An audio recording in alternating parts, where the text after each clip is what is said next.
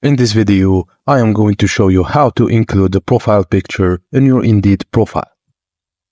While directly uploading a profile picture to your Indeed profile is not an option, there is an effective workaround that allows your image to be seen by potential employers.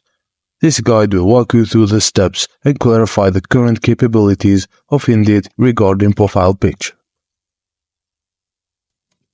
To ensure your profile picture reaches potential employers, you can include it in your resume document, and here's how.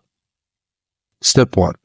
Choose a professional profile picture you'd like employers to see. Open your resume document and insert your chosen picture in a prominent position, usually at the top next to your name and contact information. Step 2. Once you've added your picture and finalized your resume, convert the documents to a PDF. This format is widely accepted and preserves your layout and formatting. Name the file appropriately and save it in a location you can easily access. Log into your Indeed account and navigate to Resume section. Find the option to upload your resume and select the PDF file. This will replace your current Indeed resume with the new version that includes your profile picture. And that's it, guys. Thank you for watching, and please don't forget to like and subscribe for more.